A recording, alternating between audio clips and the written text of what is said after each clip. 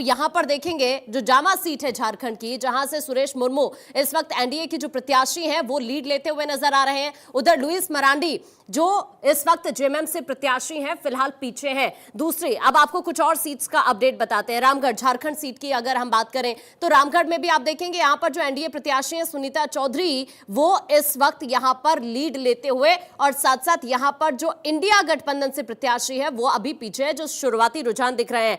अभी कुछ और सीट्स की भी बात करेंगे, चूंकि जरूरी है आपके लिए यह भी जानना जो अदर पार्टीज हैं जेएमएम की, खासतौर पर अगर बात की जाए इंडिया गठबंधन से, तो चाईबासा सीट पर अभी आप देखेंगे तो यहां पर जो इंडिया गठबंधन से प्रत्याशी है दीपक बिरुआ, वो इस वक्त आगे चल रहे हैं। यह आपके लिए समझना बहुत जरूरी है। तो हम आपको ये देखिए अलग अलग सीट्स का अपडेट बता रहे हैं इस मैप के जरिए। यहां पर जो बीजेपी से प्रत्याशी है गीता बलमुचु, वो इस वक्त पीछे है। इसके अलावा कुछ और सीट्स, गढ़वा सीट की भी बात करेंगे। मिथिलेश कुमार जो कि जेएमएम से प्रत्याशी हैं, वो इस वक्त यहां गढ़वा सीट में पीछे चल रहे हैं। उधर सत्येंद्र नाथ तिवारी यहां पर लीड लेते हुए नजर आ रहे हैं। झारखंड का यह अपडेट अभी शुरुआत में हम आपको इस वक्त स्क्रीन पर दिखा रहे हैं। कुछ और सीट्स का देखते हैं। धनवार सीट पर भी देख लेते हैं। यह हॉट सीट में से एक है। बाबूलाल मरांडी यहां से चुनावी मैदान में एनडीए से प्रत्याशी। दूसरी तरफ अगर आप इंडिया गठबंधन की बात करेंगे, निजामुद्दीन अंसारी यहां पर इंडिया गठबंधन से प्रत्याशी है। लेकिन यहां अभी आप देखेंगे तो जो लीड लेते हुए नजर आ रहे हैं वो बाबूलाल मरांडी यहां से लीड लेते हुए नजर आ रहे हैं, और जो निजामुद्दीन अंसारी है वो अभी फिलहाल शुरुआती रुझानों में पीछे चल रहे हैं। कुछ और सीट्स की भी बात कर लेते हैं। इसके अलावा अगर आप बोरियो सीट की बात करें तो धनंजय सोरेन यहां से जो कि प्रत्याशी है,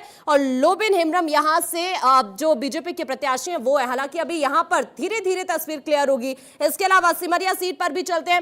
सिमरिया सीट पर आप जरा देखिए, यहां पर जो जेएमएम के प्रत्याशी है लीड लेते हुए नजर आ रहे हैं मनोज चंद्रा, वो अभी फिलहाल यहां से आगे चल रहे हैं। एनडीए के जो प्रत्याशी हैं उज्जवल दास यहां से एनडीए के प्रत्याशी हैं, वो अभी यहां पर पीछे चल रहे हैं। तो धीरे धीरे करके एक एक अपडेट आप तक हम पहुंचा रहे हैं। इसके अलावा डुमरी सीट की बात करते हैं। देखिए अगर डुमरी सीट की हम बात करेंगे तो यहां पर बेबी देवी चुनावी मैदान में है और यशोदा देवी भी यहां पर चुनावी मैदान में। लेकिन अगर जाहिर तौर पर देखा जाए तो जो लीड लेती हुई नजर आ रही है वो जेएमएम प्रत्याशी है बेबी देवी, जो इस वक्त यहां डुमरी सीट से आगे चल रही है। झारखंड का ये अपडेट इस वक्त आपके सामने है। कुछ और सीट्स की बात करते हैं।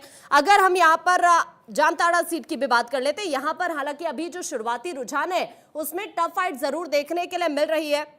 तो इस तरह से झारखंड का अपडेट इस वक्त आपके सामने है। अब हम आपको झारखंड के बाद महाराष्ट्र की तस्वीर कैसी है वो भी अब आपके लिए समझना जरूरी है। धीरे धीरे आपको यहां पर झारखंड में आप देखेंगे तो यहां पर भी धीरे धीरे जो कलर्स हैं वो चेंज होते हुए आपको नजर आएंगे। जो शुरुआती रुझान अभी यहां से सामने आ रहे हैं, एक एक करके जल्दी से आपको मैं बताती हूं। बुल्ढाना की बात करते हैं। यहां से शिवसेना शिंदे गुट से संजय गायकवाड़ जो कि इस वक्त आगे चल रहे हैं। शिवसेना ठाकरे गुट की अगर बात की जाए तो यहां उनके जो टक्कर है जयश्री शेलके से यहां पर टक्कर है। लेकिन अभी जो शुरुआती रुझान है महाराष्ट्र की सीट पर, तो यहां पर आप देखेंगे संजय गायकवाड़ इस वक्त शिवसेना से आगे चलते हुए यहां पर नजर आ रहे हैं। कुछ और सीट्स की भी बात कर लेते हैं। अभी देखिए अगर हम कुछ और सीट की बात करें तो आनी से जो इस वक्त आप रुझान सामने आया बीजेपी से, यहां पर आप देखेंगे अगर महाराष्ट्र की भी सियासत को समझने की कोशिश करें तो बीजेपी के लिए यहां से भी गुड न्यूज जरूर दिख रही है। आप यहां से देखिए राजू नारायण तोड़सान जो कि इस वक्त आगे चल रहे हैं, और वही यहां पर एनडीए प्रत्याशी यानी महायुति की अगर हम बात करें। कांग्रेस से यहां पर बात करें जितेंद्र शिवाजी राव इस वक्त यहां पर पीछे है, जो कि कांग्रेस के यहां पर उम्मीदवार है। कुछ और सीट की बात कर लेते हैं। नांदगांव की अगर हम बात करें या 40 गांव की अगर हम यहां पर बात करें तो इसका अपडेट भी आप देख लीजिए। यहां पर जो बीजेपी से प्रत्याशी है मंगेश चौहान, वो इस वक्त लीड लेते हुए नजर आ रहे हैं। अगर शिवसेना ठाकरे गुट की बात की जाए, उन्मेष भैया साहब पाटिल इस वक्त यहां पर पीछे चल रहे हैं। तो इसी तरह से धीरे धीरे करके एक एक सीट को लेकर अपडेट आपके सामने। ज्यादा जो रंग नजर आ रहा है फिलहाल तो महाराष्ट्र में भगवा नीला रंग बहुत कम दिख रहा है। यहाँ पर अभी अनडिसाइसिव जो ग्रीन जोन इस वक्त आपको नजर आ रहा है। लेकिन वापस से मैं जब आपके पास आकांक्षा आऊंगी, मुझे देवेंद्र फडणवीस की सीट का पूरी तरीके से हाल और डिटेल में ब्यौरा जानना है। उससे पहले इस वक्त की एक बड़ी खबर आपको बता दें। बड़ी खबर है, कांग्रेस प्रवक्ता ने करारी हार हुई इस बात को मान लिया है।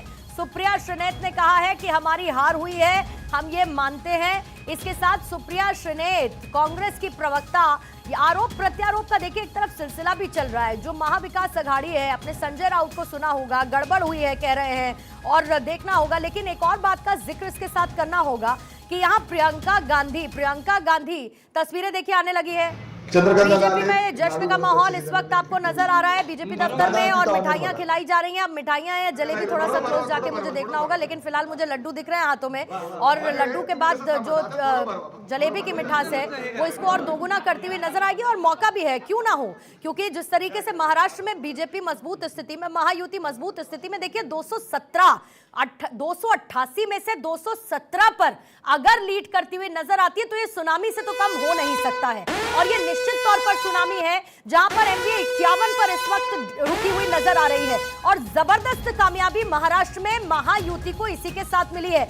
बीजेपी का स्ट्राइक रेट 84% के करीब है, शिवसेना शिंदे गुट का स्ट्राइक रेट 71% है, एनसीपी अजित का स्ट्राइक रेट 62% के करीब है, यानी कि बाकी सम पानी कम, ये वाली स्थिति इस वक्त महाराष्ट्र में महायुति को लेकर नजर आ रही है। बीजेपी हो या शिंदे हो या फिर अजीत हो, इन सबका स्ट्राइक रेट बहुत शानदार नजर आ रहा है, क्योंकि इससे पहले मैंने प्रियंका गांधी का देखिए जिक्र किया था, और वो करना होगा, क्योंकि वायनाड में 1.5 लाख से ज्यादा वोटों से आगे चल रही हैं। और फिर इसके साथ ये भी बन जाएगा कि संसद में गांधी परिवार के 3 सदस्य मौजूद रहने वाले हैं। प्रियंका गांधी जैसे ही यहां से जीत कर जाएंगी, और उनका जो वोट मार्जिन है वो इतना जबरदस्त इस वक्त है कि प्रियंका गांधी माना जाए लगभग वायनाड से अब वो जीत ही चुकी है, लेकिन फिर भी नतीजों का इंतजार करना होगा। राधिका खेड़ा बीजेपी की प्रवक्ता मेरे साथ मौजूद है, कांग्रेस की प्रवक्ता चित्रा बाथम भी है, मेरे साथ 2 पॉलिटिकल एनालिस्ट भी है, राजनीतिक विश्लेषक, उनसे भी चर्चा करूंगी। लेकिन सबसे पहले राधिका खेड़ा, आपके पास आते हुए बहुत बहुत बधाई। महाराष्ट्र में सुनामी कहां से लेकर आई महायुति? इतना जबरदस्त हाल आपका जो महाराष्ट्र में पॉजिटिव हाल नजर आ रहा है, एक बार फिर से एनडीए अगेन वाली स्थिति इतिहास रच दिया है। सबसे पहला टेक आपका राधिका।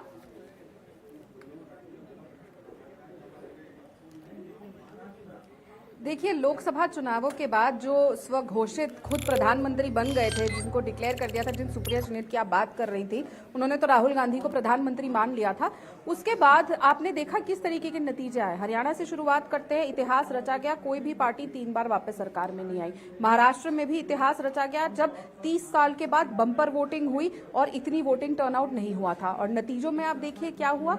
नतीजों में महाराष्ट्र की जनता ने ये जवाब दे दिया कि एक है तो सेफ है। आप जितना हमें धर्म और जाति के नाम पे बांटने की कोशिश करेंगे, आप जितना हमसे हमारी धर्म और जाति पूछेंगे, तुम्हारे मालिक की जाति क्या है, मिस इंडिया में कौन सी जाति है, आर्मी में कौन सी धर्म और जाति है, और हर जगह धर्म और जाति ढूंढेंगे, तो जवाब तो हम आपको डेवलपमेंट पे ही देंगे। Development development development. और चोरी की सरकार जिन्होंने बनाई थी, उनको एक करारा तमाचा दिया है और याद दिला दिया कि जो अपने पिता का नहीं हुआ वो हम महाराष्ट्र की जनता का कैसे होगा। तो एक बार फिर मोदी जी की नीतियों में और जिस तरीके से महाराष्ट्र को धोखा दिया गया था, उसका जवाब महाराष्ट्र की जनता ने इतिहास रच के दिया है, और ये अभी तक की भारतीय जनता पार्टी की सबसे बेहतरीन परफॉर्मेंस रही है। चित्रा बाथम, आपके पास आते हुए, क्योंकि कांग्रेस जिस तरीके से जीत के दावे करती है, आघाड़ी के साथ महाराष्ट्र में आपने चुनाव लड़ा, लेकिन दूसरी तरफ आपको झारखंड के लिए मैं फिलहाल एक बधाई देना चाहूंगी, क्योंकि एक बहुत डिसेंट नंबर पर और साथ ही बीजेपी से आगे 48 सीटों पर अभी लीड लेते हो आपका अलायंस इस वक्त नजर आ रहा है। लेकिन इंडिविजुअली अगर मैं कांग्रेस की बात करूं तो ऐसी स्थिति एक राष्ट्रीय पार्टी की कैसे हो सकती है, चित्रा बाथम, जो सिर्फ सहारे पर चल रही हो? अभी रिसेंट इलेक्शंस में जम्मू कश्मीर का मैं जिक्र करूंगी, नेशनल कॉन्फ्रेंस के साथ मिलकर आपने जम्मू कश्मीर में सरकार बनाई, हरियाणा का चुनाव आप हार गए, झारखंड में आप जेएमएम के साथ रही, वहां पर भी आप सहारे की स्थिति में हैं। मतलब आपका प्रदर्शन पिछली बार के मुकाबले अगर आप कंपेयर करेंगे, what went wrong? Chitra Batham, और महाराष्ट्र तो पूरी तरीके से हाथ से निकला हुआ नजर आ रहा है आपके पूरे एमवीए के।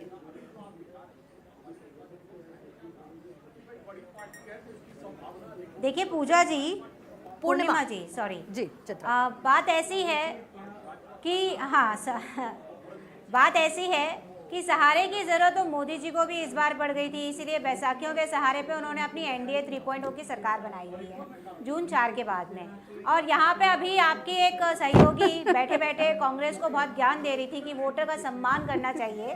तो मैं आपसे बताना चाहूँगी कि वोटर का सम्मान तो उन्हें भी करना चाहिए जो इलेक्शन से पहले वोट जिहाद की बात करते हैं। वोटर का सम्मान तो उन्हें भी करना चाहिए जो इलेक्शन से पहले नोट जिहाद करते हैं, जो लव जिहाद की बात करते हैं, जो लैंड जिहाद की बात करते हैं, जो उलेमाओं की बात करते हैं। तो वोटर का सम्मान